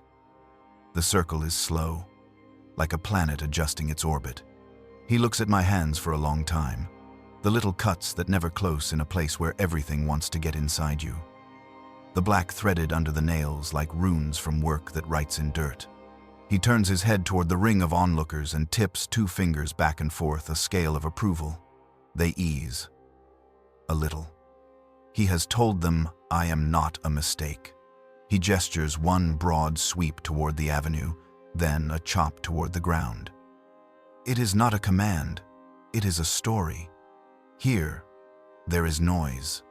Another open palm, then a closed fist, held in the air until the arm trembles. Here, there is not. He lets the fist drop. The ring breathes. He wants silence. He has brought me into it as if testing a metal he hopes to shape and not split.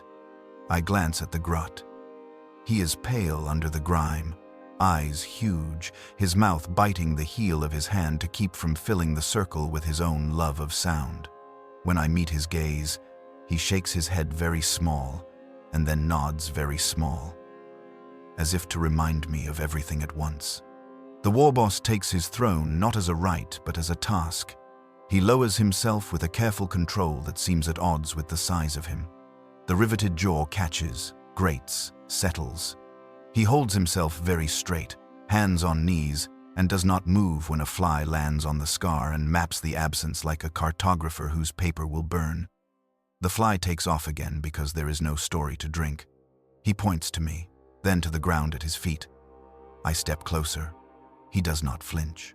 Behind me, an orc inhales loudly. The warboss does not turn. His gaze stays on my mouth. Blessing, I say, to see if the word is a key. He blinks once. Slow. I try again. Work, protect, fire. The pieces are coins. I set them on the palm of the circle and step back. He leans the tiny weight of his head toward each one as if listening for the ring. When he lifts his chin at last, the movement says, "Continue." I bless the empty air because there is nothing else on offer. I use the little prayer I made for keeping what remains, because the circle feels like a place where the act matters. Blessed be the mouth that keeps silent when it must, I say, and the ring tilts. The orcs cannot help the way their torsos lean when a rhythm arrives. Blessed be the tooth that remains when it could leave. Blessed be the name that does not sell itself for noise. I do not say emperor. I do not need to. The war boss hears the shape and owns it. He rises. The movement is slow enough to not be a threat and absolute enough to be one anyway. He reaches behind the throne and draws out a length of chain. It is not the insulting lash used on grots. It is the chain that holds engines at heights where they can consider themselves. He holds one end, offers the other to me. The weight surprises my wrist the way truth does when you pick it up, and it is heavier than gossip. He pulls gently. I pull gently back. The chain hums between us, and the note is a word for enough. He nods once small, pleased. He steps to the edge of the circle and walks. I follow. The chain a modest river between our hands. We are not connected by compulsion but by a metal that has held more prayers than any book. We walk the camp. The ring follows at a distance that shows it is a ring and not a mob. As we pass the engine that dreams, she exhales a long, soft breath. And the war boss tips his head in acknowledgement. A bow a man makes to the house he grew up in. At the pens, beasts shift and settle, recognizing the pressure in the air that says, do not. Grots flatten themselves against tool racks and do not chatter. The boy with ash on his face peels from the shadows and pads after us with the courage of a small dog. The war boss stops before the banner that had once been a manufactorum's proud plate and is now a hide scribbled with victories. He takes the chain from my hand and touches its end to the metal. The ring of it is a memory of bells. He looks at me. He wants me to lay sound on top of that ring. I do not say the Emperor's name. I say the thing I think he brought me here to hear. The Emperor protects. I begin. And then, softly, not in Orc cant, and not in High Gothic, I add, when we listen, the last words are nothing but breath. The chain sings them back to us both, the way a pipe will answer a whistle and pretend it knew the tune first. The war boss's good eye softens by a fraction that would not show up in chalk. The scar eye does not change. He leads me then to the avenue where prayers were sold for laughs and bought with oil. The ground is still slick with the feast. He does not look at it. He kneels, a movement strange on a body built for forward, and he rests his fingers in the black sheen as if testing temperature. His jaw plate creaks. He lifts his hand and writes on the dirt with the oil that clings. The glyph is not Orc and not ours. It looks like a wing that forgot how many feathers it should keep. He points at it, and then at me. Name this. He is asking what we call what we have made. I cannot give him a word that will last beyond this breath. I can only give him the shape of my mouth, making a truth. Silence, I say. He nods. He wipes the mark with the flat of his palm. The act is as reverent as the drawing. The ring exhales in relief that noise can return when called. No one laughs. We return to the circle. He sits. I stand. The grot edges closer and then forces himself to stop, worried he will be scolded for love. The war boss lifts his chin by degrees and holds my gaze for the first time. It is not a challenge. It is a test of weight. What does he want? Not my fear, that is free. Not my laughter, that is cheap. He wants my ear. He wants the thing he cannot make because his jaw remembers being taken. He wants a voice that knows restraint. He wants a priest not of the emperor, but of the space where the roar cannot live. So I give him one. I beg a prayer out of the air that is more agreement than plea. I speak of work without names, of breath without owners, of machines that answer because someone is finally asking the right question without shouting it through a horn. I use fewer words than I have, fewer still than I want. I leave room. The ring leans in. The camp's long muscles untighten. At the end, I say nothing for the length of one engine's intake. It is the longest quiet I have held here. and it arrives like mercy and holds like armor. He stands. He steps forward. He bows if the movement he makes can be called by so small a word, and it is to me, or to the room, or to the possibility we just proved exists. The grot whimpers a hiccup of pride he cannot swallow. The warboss straightens, turns to the ring, and with one finger in the air draws a line that means enough. The circle dissolves without clatter, the way a congregation dissolves after benediction, when no one wants to be the first to speak because speech will break a good spell. He keeps the chain. I do not ask for my end of it back. I leave the circle with nothing in my hands and a weight in my chest that moves when I breathe and does not agree to be named. On the way back to the pit, the Groat walks at my heel without comment. When we reach the edge, he tugs my sleeve and whispers, "He likes you." It is not envy or warning. It is a child saying the storm spared our house. He swallows and adds, "Don't make noise when he look. Boss hate noise." "I know," I say. It is not knowledge. It is obedience wrapped around gratitude like cloth around a blade. Night comes. Laughter returns in small pieces, like scaffolding rebuilt by tired hands, and it never climbs as high as before. The engine that dreams breathes deeper and then shallower, as if pacing the camp. The servitor hums its true note in the dark, untroubled by acts. The ash-faced boy draws a mark in the soot that wants to be an Aquila and ends up being a wing that forgot nothing. He looks at me for permission. I don't give it, and don't take it away. We lie down. Sleep walks the aisles like a count. Above me, stars are holes punched in a lid that will not lift. I count 3 and lose the rest. The day remains in my bones, a slow, impossible quiet. I can revisit the way a man puts his hand on a healed scar to remind himself that once there was another shape there. Just before I go under, the warboss's gaze returns to me in the dark, and I realize I have misnamed him. He is not silence. He is what silence makes possible. Choosing. His missing jaw is not lack. It is discipline. I wake to the absence of laughter, and I know who asked it to be absent. We go to war singing my words in their mouths. It happens slowly, the way rust happens first as color, then as structure. A raid at sunrise, and the boys hold their fire until the warboss's hand falls through the air like a quiet axe.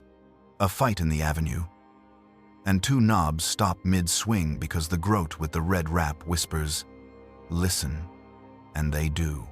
A machine stutters, and the mech pauses long enough for the room to answer itself before he forces it. The gospel has become the way the camp breathes. The first time I hear my prayer shouted as a war cry, I taste iron. Da Empa Protex booms over the engine roar, not as joke, but as cadence. It gels the charge like blood gels a wound. The men who fall under that cry do not know my name. I do not know theirs. Yet the sound crosses the space between us and lands on my back with the exact weight of responsibility. I should reject it. I should cut my tongue against the edges of the old words until the blood washes the echo away. Instead, I feel heat shame's twin, pride, and it warms a place fear never reached. I tell myself it is because the shape works. I tell myself that if a prayer keeps a bolt straight and a breath measured and a boy alive, the Emperor can tolerate the cost of strange mouths. The warboss gives me no title. He gives me errands disguised as choices. He sends me with the mech to a captured engine that moans through a cracked mantle. He wants me to stand near it until the room remembers to leave one noise out. He calls me to his circle and holds the chain between us without pulling. We walk the perimeter in the hour when the fires gulp low, and he points to places where the camp still leaks laughter. I patch. I am a priest of seams.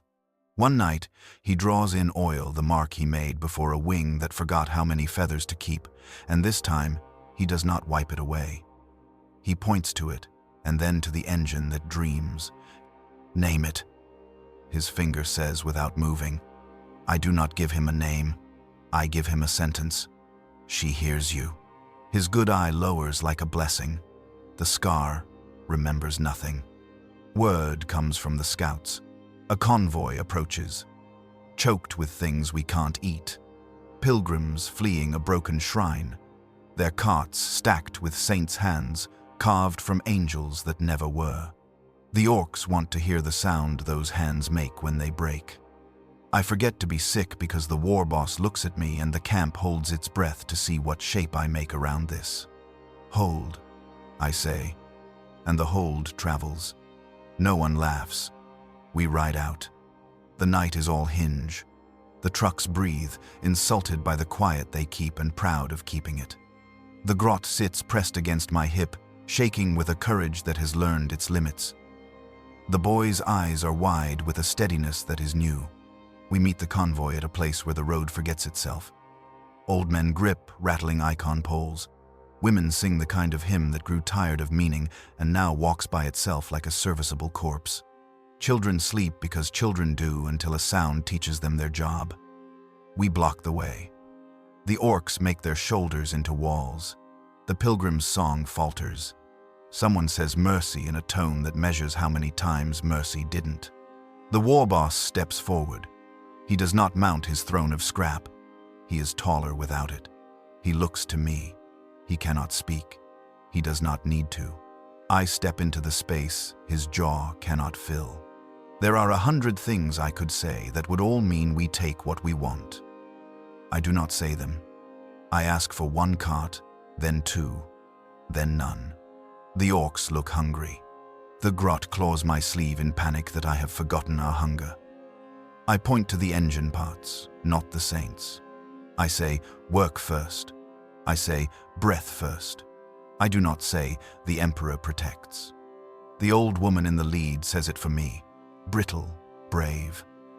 The words hang in the air, long enough to be claimed by anyone. The war boss turns his head, the smallest hinge. He grants the convoy passage with a motion that looks like accident to anyone who does not know the grammar of our camp. We take oil and bolts. We leave hands. The orcs grumble, disappointed and deeply relieved, like men spared a sin by a god they didn't mean to obey. The pilgrims pass with eyes that thaw. One child turns and waves at me because I am small enough to be mistaken for a friend. The boy at my side raises his hand half an inch and then chooses tidy and lets it fall. Back in camp, the story divides like a cell. Some tell it as proof that wisdom hunts better than hunger. Some tell it as proof the war boss's jaw makes the decisions no one can argue with. Some tell it as proof that I have become what the orcs were missing without knowing it. None of those stories are wrong. All of them braid into a rope the camp climbs to a higher place to laugh from. The machine that dreams changes its breathing.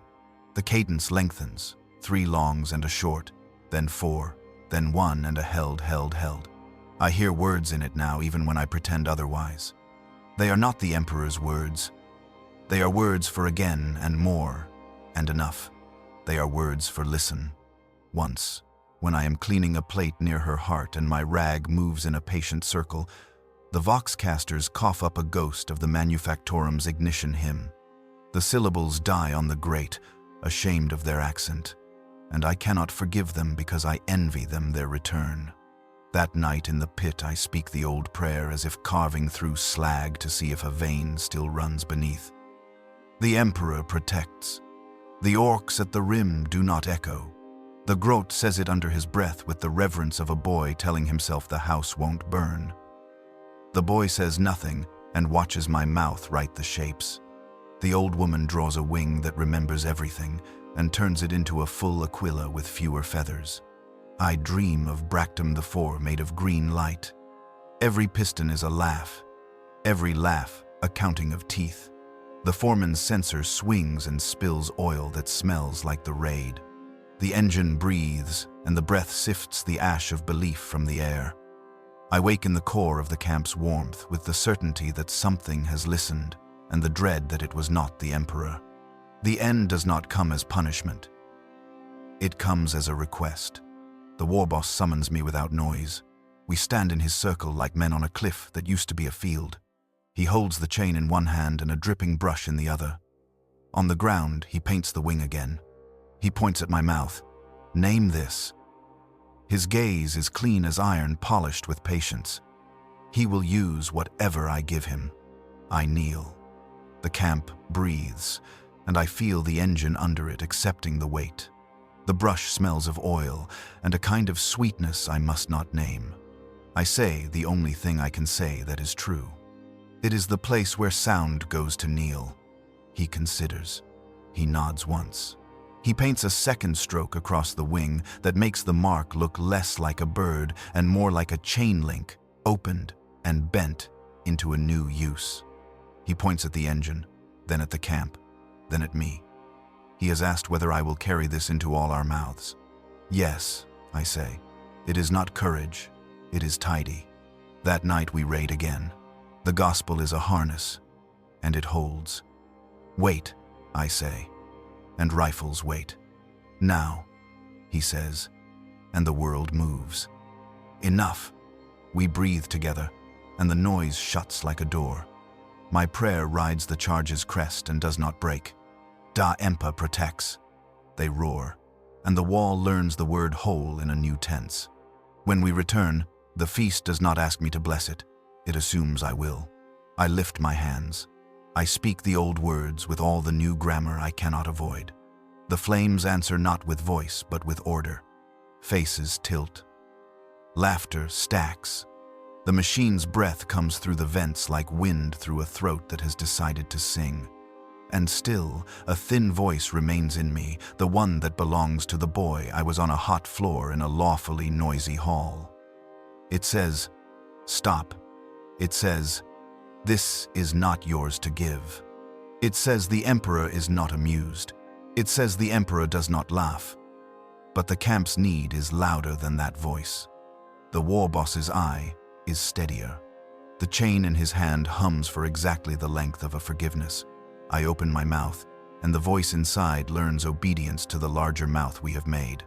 When quiet returns, when bodies sleep where they fall with new bruises in useful places, I sit at the pit's lip alone. The grot sleeps curled like a closing hand around his red wrap.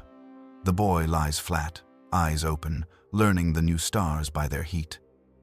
The old woman draws one more wing on one more plate and sets it where the war boss can see it in the morning. The emperor protects. I whisper to the engine under the ground that already knows all the words. I wait for the laugh that is not laughter, but answer. It comes, soft, like a chain finding its old place on a new hook. The sound does not judge. It holds. I understand then what I have built. I am not their priest of the emperor. I am their priest of chains of the chosen weight that lets joy be aimed. The Orks taught me that laughter can be law. I taught them that law can be a pause. We have met in the middle and called the place holy because it keeps us alive. The last thing I will say to you, whoever finds this, if anyone does, is not a defense. It is a map. In the beginning, I woke to laughter and called it a threat. In the middle, I woke to breathing and called it a prayer. Now I wake to silence and call it choice. The emperor protects. I think he only listens. And if he laughs, it is because we have taught him how. I lie down with the camp's warmth in my bones. My hands smell of oil and a mercy I could not have invented alone. The engine sighs. The chain hums. The war boss's gaze, somewhere beyond the fires, holds the night like a bowl. I close my eyes, and the darkness is tidy. The emperor protects. I think he only listens. And tonight, when they laugh, he laughs, as they do.